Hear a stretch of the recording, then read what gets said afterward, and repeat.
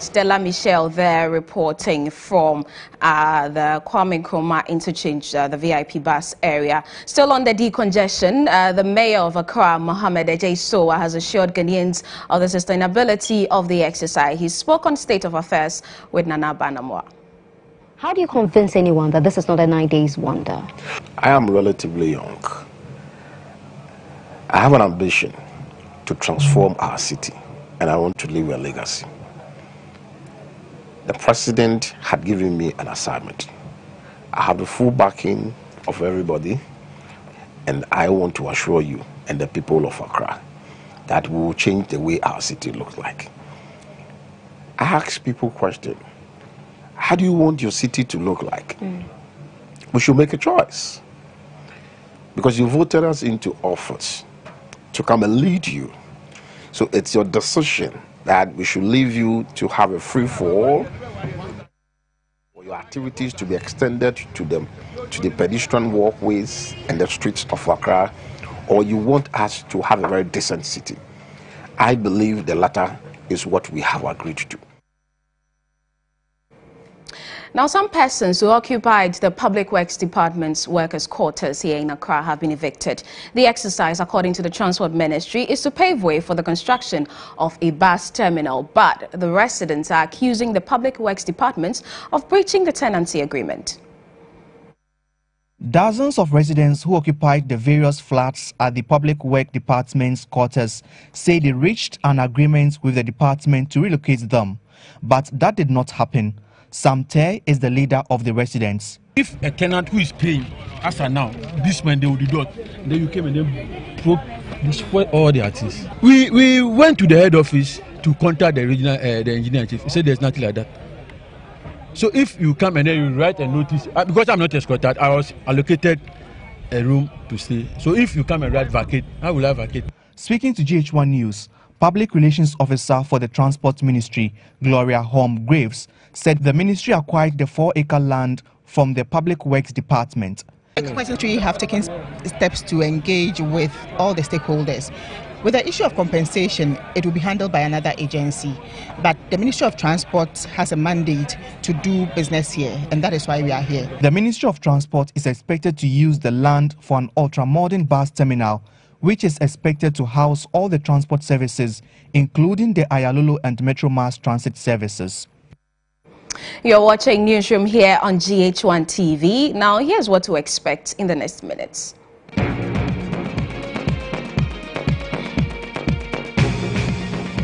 Well, we'll hear from some experts who are warning Ghana's Fourth Republic could head for a turbulent crash if policies continue to sideline the lower class. They are capable of being people's policies. However, the information with which these policies were developed is very deficient and defective.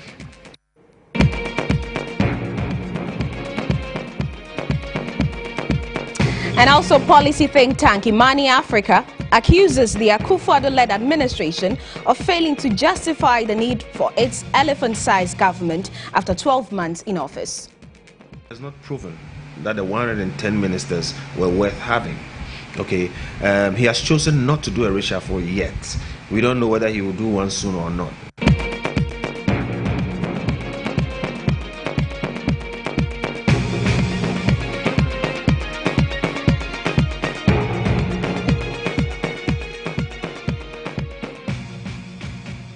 And we'll bring you those details and many other stories right here on Newsroom. Stay with us.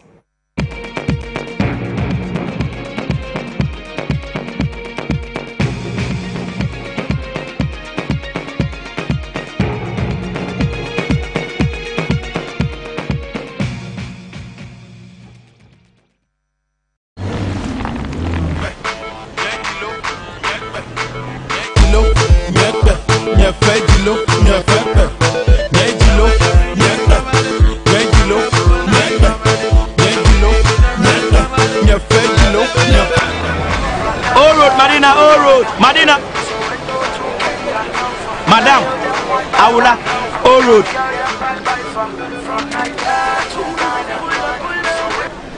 Be your own DJ with MTN Music Plus. Download and install the MTN Music Plus app from Google Play Store and stream your customized playlist anytime, anywhere.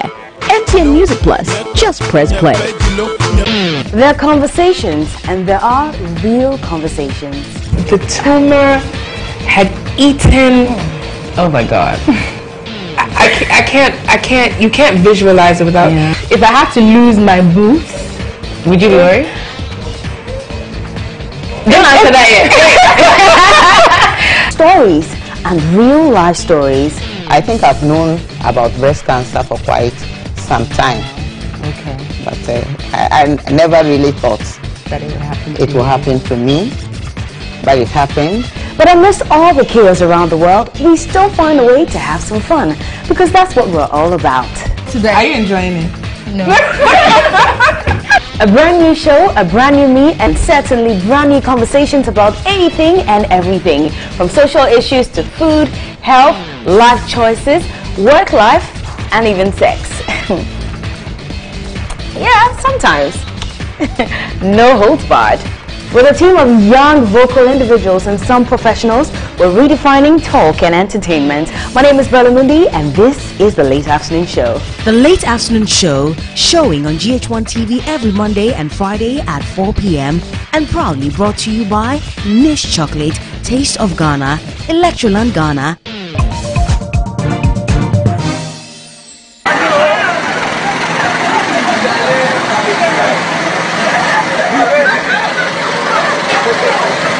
A lot goes on around us every day.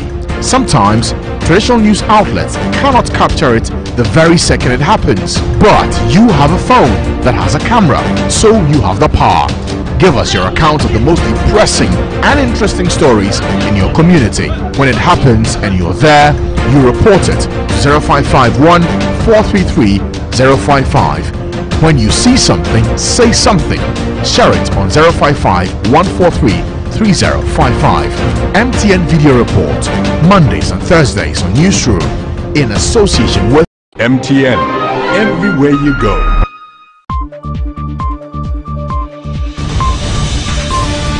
There is a certain satisfaction that comes from hearing the real story from the horse's own mouth when a story breaks or is developing. There are many enterprises of life that the Nanado government will fail. This business about fighting corruption, we should move it away from the corridors of parliament and confront the greater matter outside there. State of Affairs will be bringing you exactly that.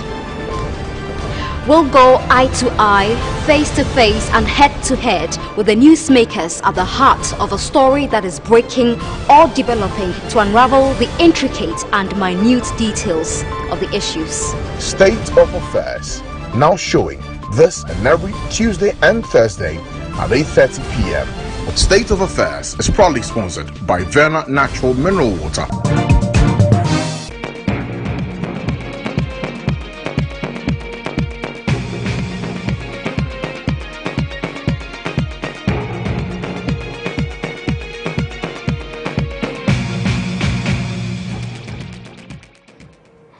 You're welcome back.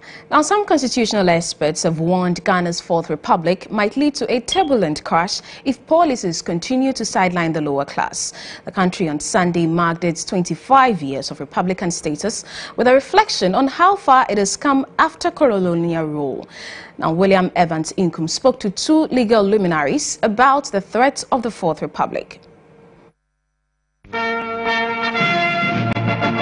After extricating itself from colonial rule, the people of Ghana had the opportunity to vote and elect their representatives. Returning power to the ordinary Ghanaian set the tone for the country to attain a republican status, and that was in 1960. Between that period till now, Ghana has experienced 4 republican status. Preceding events cut short the lives of the first, second, and third republics. Perhaps the Fourth Republic seemed to have stood the test of time, and possibly the fifth would not be attained under a bizarre circumstances. But has the people's power been undermined in any way? To Professor Raymond Atuguba, a senior law lecturer at the University of Ghana Law School, government policies targeting middle and high class could threaten the life of the Fourth Republic. This weekend, I spent time with 5 galamseyers, 5 people who do galamsey. I spent about 4 hours with them somewhere in the bush in the eastern region. And what I learned in the course of those 4 hours, I don't think our policymakers know, and I don't think our lawmakers know. What happens then is that we make policies on galamsey, we make policies on the justice system, we make policies on natural resources, we make policies on peace and security in ignorance. He argues a policy like the Zongo Development Fund targets the lower class, but it is ill-informed. We have not been able to conduct the lived experiences of our people into our policy making and into our lawmaking. We still have a system of policy and lawmaking that caters to the middle class and the upper class. Dr. Emmanuel Akwete of the Institute of Democratic Governance agrees. We need to think through a lot of the policies that are being announced. You see, obviously the government wants to achieve a lot within the 4 years mandate period, and because it promised a lot and it has to be seen to be delivering. The question, however, is that to what extent do we have the machinery to deliver the things promised effectively in a lasting way? He is, however, optimistic that lessons will be learned to avert an uninspiring history. Now, President Akufo-Addo has reiterated his government's commitment towards industrializing the country's economy to enable it to compete on the global stage. According to him, the country will become prosperous if it invests in industries to add value to the raw materials it produces. He was addressing a gathering at the commemoration of the 25th year since the start of the country's Fourth Republic. We have certainly come a long way. And this period of democratic rule has seen some important developments. We have experienced the longest uninterrupted period of stable constitutional governance in our history, banishing the specter of instability that disfigured the early years of our nation's existence, and the benefits are showing. We've witnessed sustained growth in the size of the economy, rising levels of per capita real incomes, systematic expansion of the private sector, taking strong measures to try to protect our lands, water bodies, and environment from the menace of environmental degradation, ensure that efforts to meet the most basic elements of social justice, i.e. education from kindergarten through to secondary school, and accessible health care to all our citizens, are ongoing. Recorded significant reductions in maternal mortality rates, entrenched media freedom, deepened attachment to the rule of law, probity and accountability, respect for individual liberties, human rights, the principles of democratic accountability and social justice, and creating an environment in which government and regulatory policies attempt to enhance rather than inhibit or frustrate trade, commerce, and investments. Democracy, equality of opportunity, and respect for human rights, ideals which have stood the test of time, have now found firm anchor in our body politic. We have had 5 presidents in the history of this republic. Their Excellencies Jerry John Rawlings, John Agyekum Kufuor, John Evans Atta Mills, John Dramani Mahama, Nana Addo Dankwa Akufo-Addo.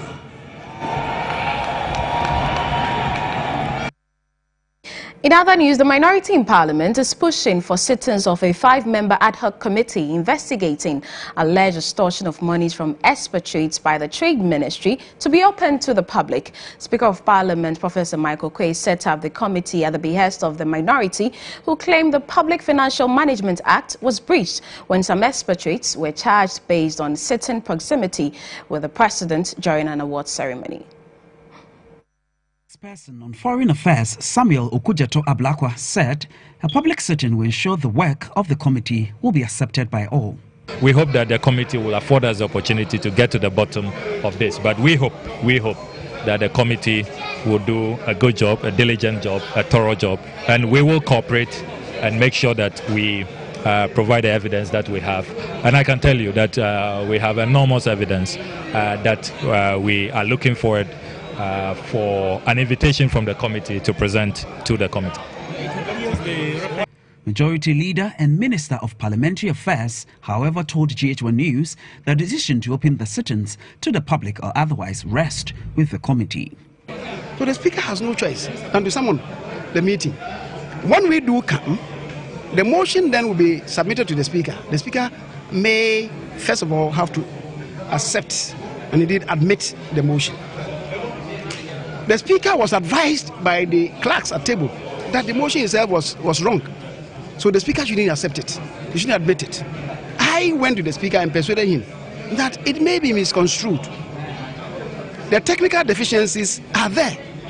Let's point it out to them and then provide them with reasonable space for them to go and effect corrections. The Speaker of Parliament set up the 5-member committee after motion was filed by the Minority Chief Whip calling for a probe into allegations cash for seat at the Ghana Expatriate Business Awards. Now, President Akufo-Addo has not justified the need for the 110 ministers in running his government after his first year in office. That's according to policy think tank Imani Africa in its assessment of the elephant-sized government. According to the Vice President of Imani, Kofi Bentil, some of the newly created ministries are still irrelevant. President Akufo-Addo, upon assumption of office on January 7, 2016, promised to turn the fortunes of the country around after accusing the erstwhile NDC administration of mismanaging the country's resources. As part of his quest to improve the economy and tackle the numerous challenges, the president appointed 110 ministers, contrary to his campaign promise of constituting a lean government when elected into office.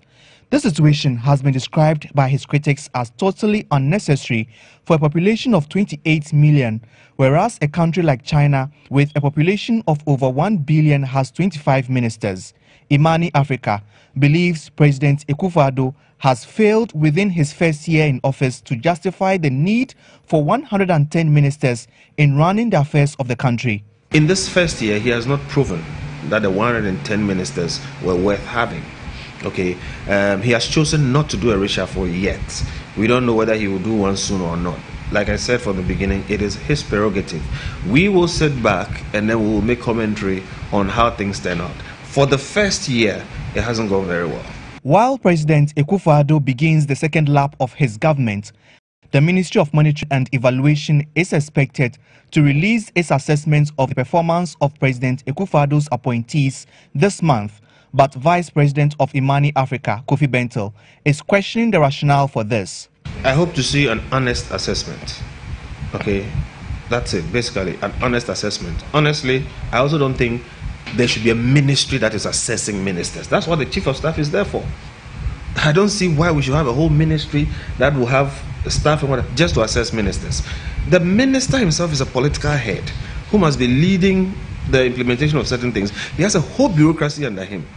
And his assessment, he must be the first person to assess himself. He's reporting to Flagstaff House, which has a whole bureaucracy to do that work.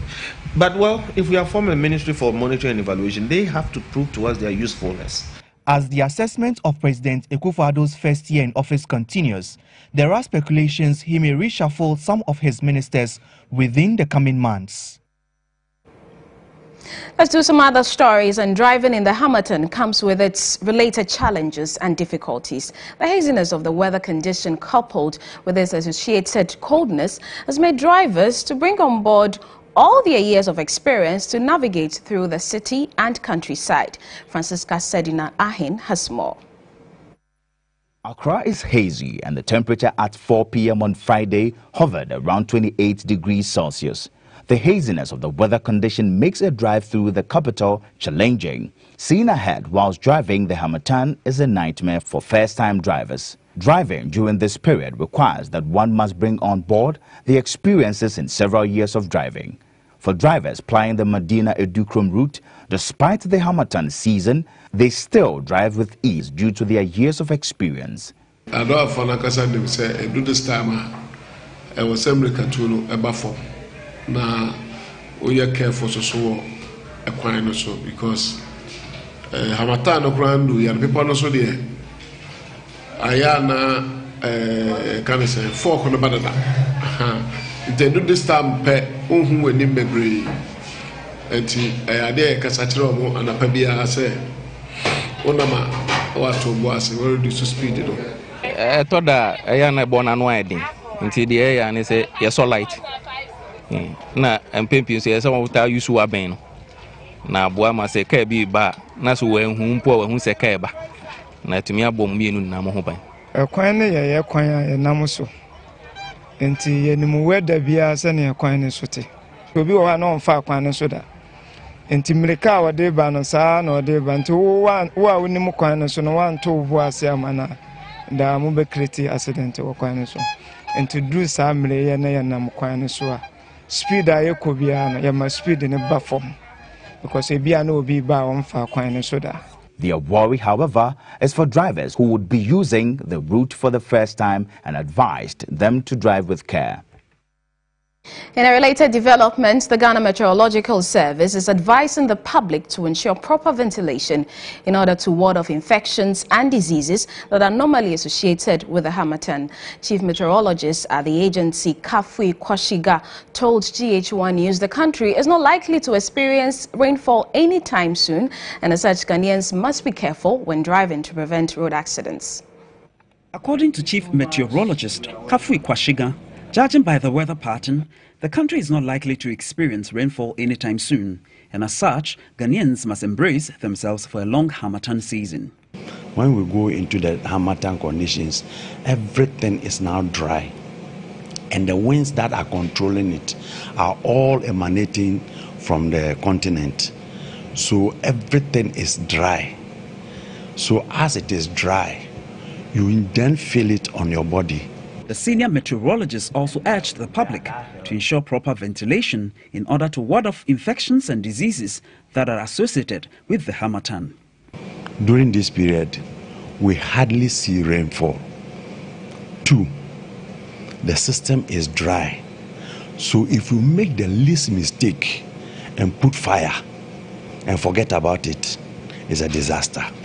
He added that with the fall in temperature that has characterized the season, it was important that people wore protective clothing in order to avoid cold-related infections.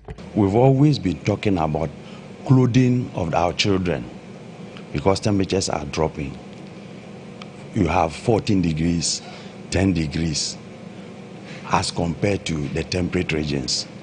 So this time, when the children are going to school, early morning bath, give them warm bath.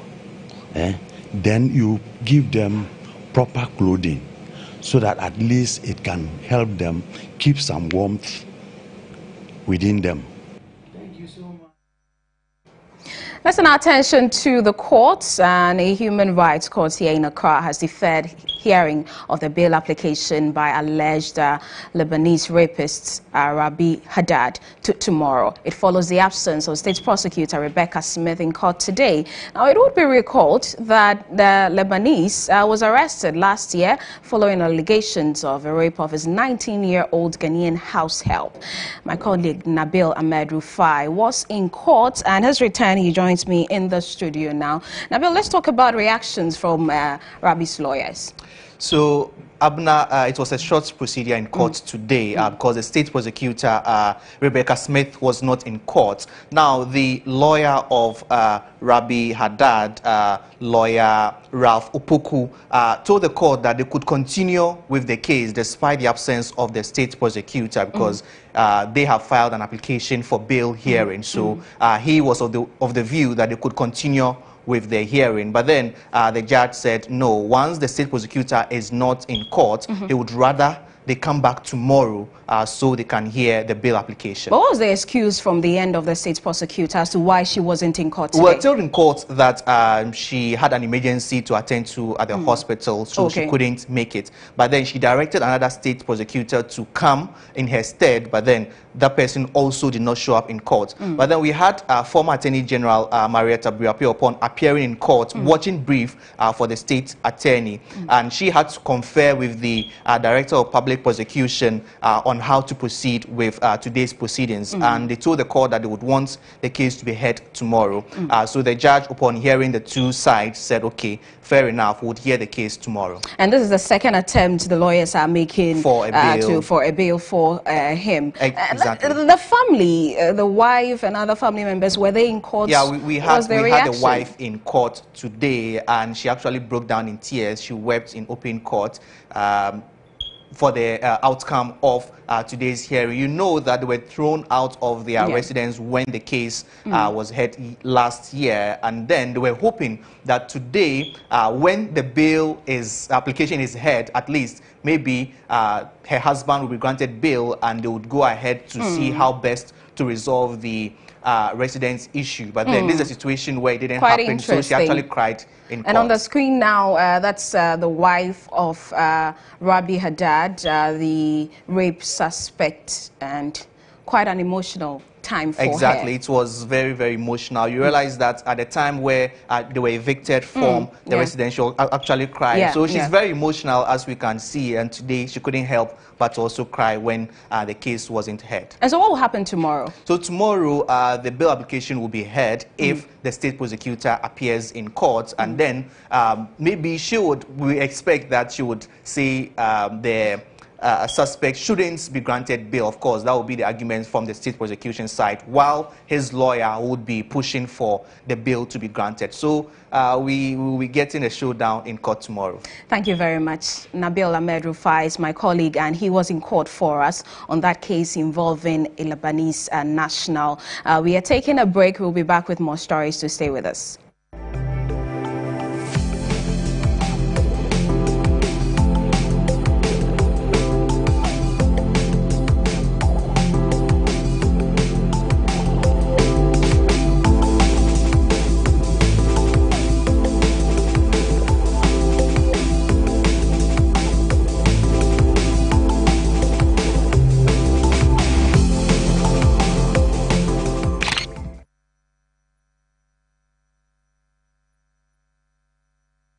From music to movies, stage plays, dance, award shows, to the good, the bad, and the ugly in the entertainment industry. Good evening, GH. Welcome to GH1 TV. Name is George Quay. You can call me GQ. Of course, this is The Pundit. Join George Quay and his controversial pundits as they scrutinize, analyze, and grade our entertainment industry.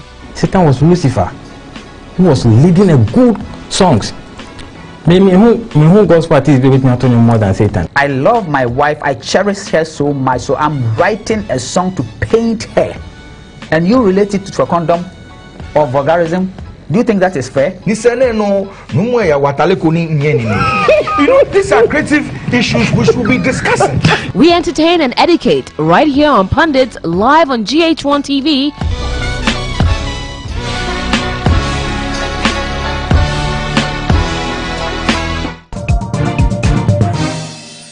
There are conversations, and there are real conversations.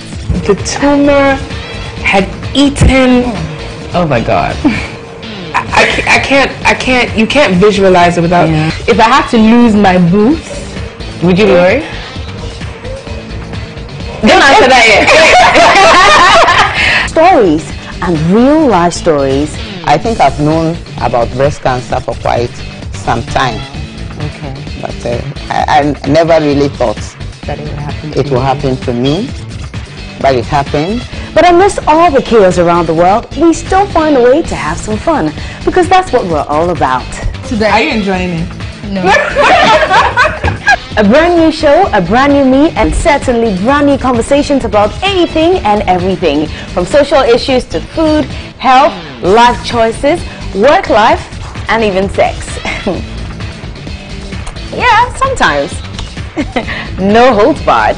With a team of young vocal individuals and some professionals, we're redefining talk and entertainment. My name is Bella Mundi, and this is The Late Afternoon Show. The Late Afternoon Show, showing on GH1 TV every Monday and Friday at 4 p.m. and proudly brought to you by Niche Chocolate, Taste of Ghana, Electroland Ghana.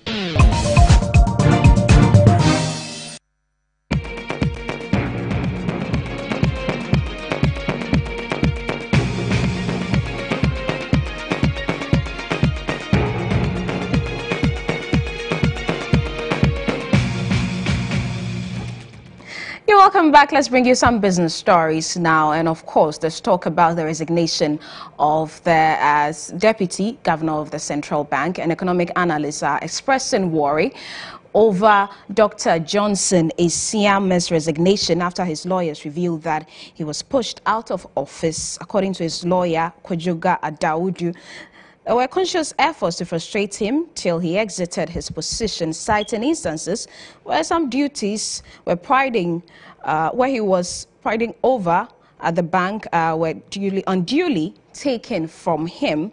And Dr. Esiama holds a PhD in economics from the University of Southampton, UK, and an MPhil economics from the University of Ghana, Legon. And we're going to have a quick chat over the developments so far. My colleague Kweku Timing with our business desk joins me in studio. Kweku, so what has been the reaction from the business community? Well, I've had the opportunity to interact with banking experts and the like. For most of them, to the international community, when issues like that come up, and you have the lawyer of the third person coming out openly on media to say that, well, the person was forced out, then it has a way it brings down investor confidence, because investors would want a free market system where people are able to function in their own abilities. So they describe it as quite unfortunate, a situation like this. Again, they are concerned about political changeover where it comes with experts having to also change hands.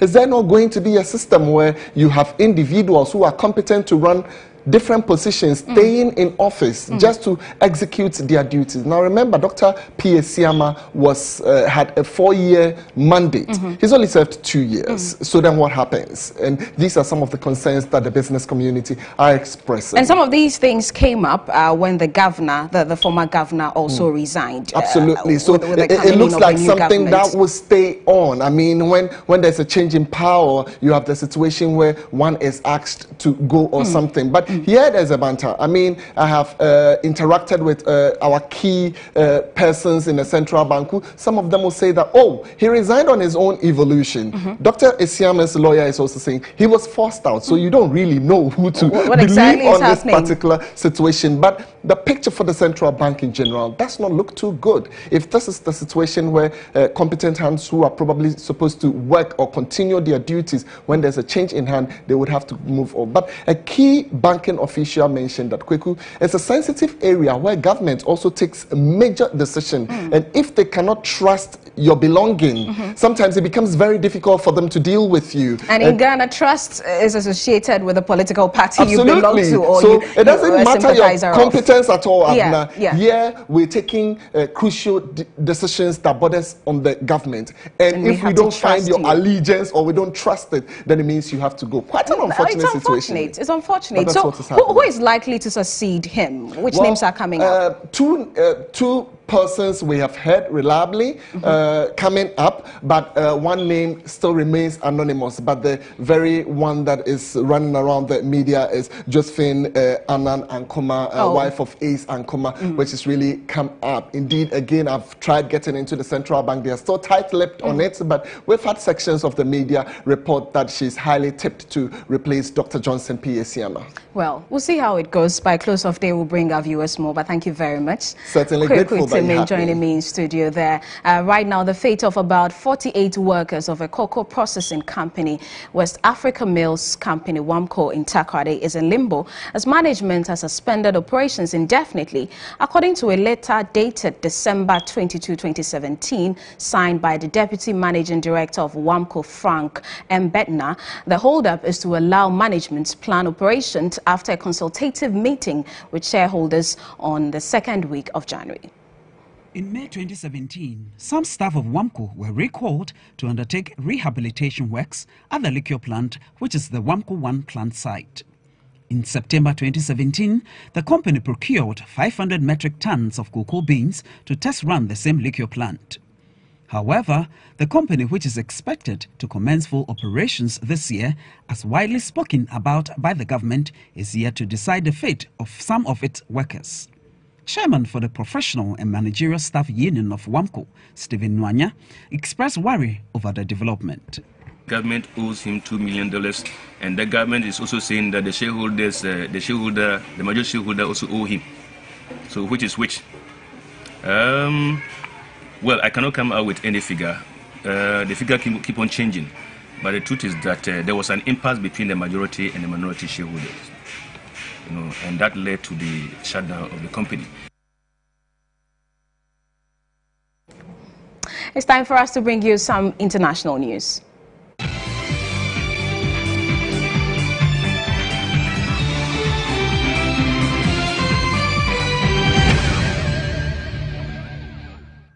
Minister of Health, Dr. Aaron Motsoaledi, is requesting health workers to be alert of listeriosis whenever they are dealing with pregnant women or neonates at all times at antenatal clinic, labor ward and neonatology units. The DG of Health has formally requested food industry stakeholders to submit details of listeria-positive food items, environmental swabs and listeria isolates to the NICO. This after 167 people contracted deadly listeriosis in South Africa within the past month, bringing the total number of confirmed cases in South Africa to 717. Food scientists are now calling it the worst documented listeriosis outbreak in global history. In its latest listeriosis update, the National Institute for Communicable Diseases, the NICD, which has been tracking the listeriosis outbreak for an entire year, said 61 deaths had been reported. Listeriosis has a relatively high mortality rate, 20 to 25%, compared to illnesses caused by most other foodborne pathogens. Less than a percentage of people who get Salmonella or E. coli 0157 die as a result. Neonates, babies less than 28 days old, remain the most affected by listeriosis. Child rights activists in Tanzania have criticized the arrest of 5 pregnant schoolgirls and their parents over the weekend. The teenagers were arrested in Tandahimba, northern Tanzania, on the orders of a local district commissioner and later released on bail. Gender and child rights campaigners are quoted by the Citizen news site as saying that the authorities would have arrested the men who caused the pregnancy rather than the victims. Mr. Azizi is also reported as saying that the arrest is part of wider efforts to end student pregnancies in the area, where 55 schoolgirls have reportedly become pregnant over the past 2 years. Teenage pregnancy has become a focus for politicians of late.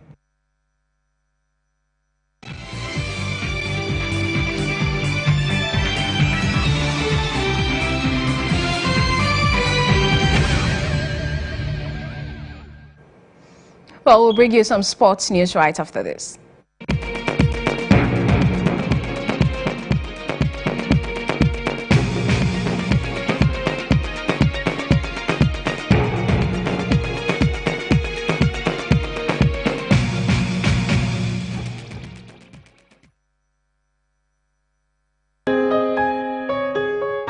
Timeless love gets more and more intriguing, but if you missed out from the beginning, here is a quick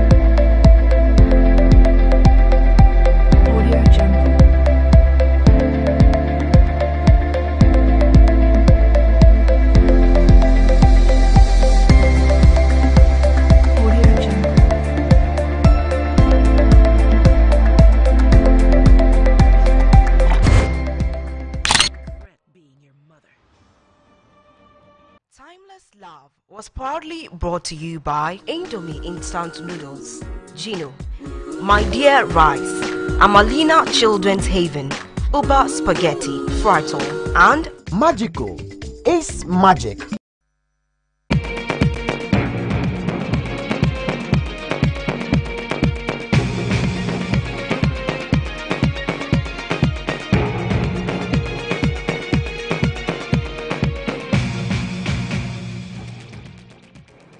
You're welcome back. We now bring you some sports news.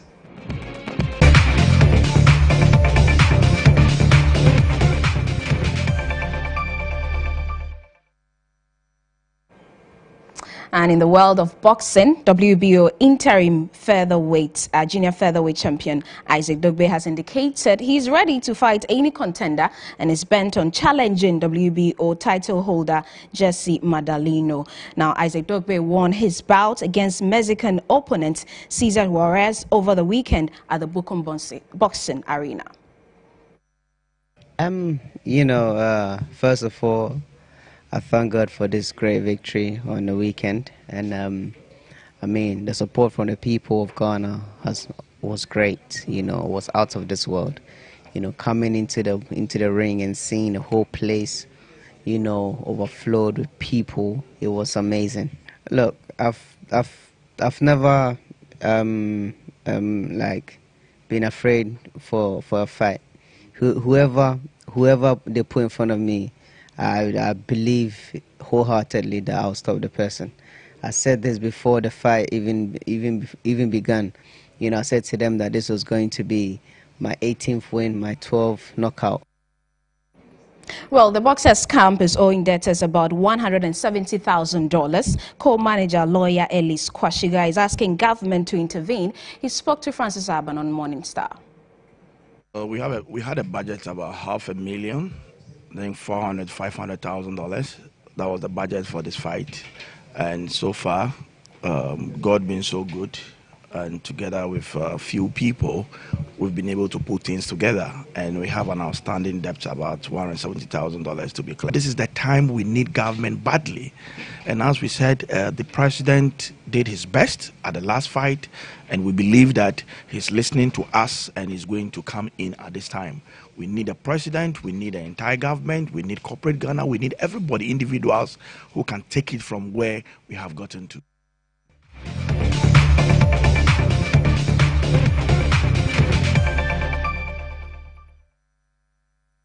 That's all we have for you on Newsroom today. At 6:30, the team will be back with news tonight. My name is Abna Owusunyamiche. Thanks for your time.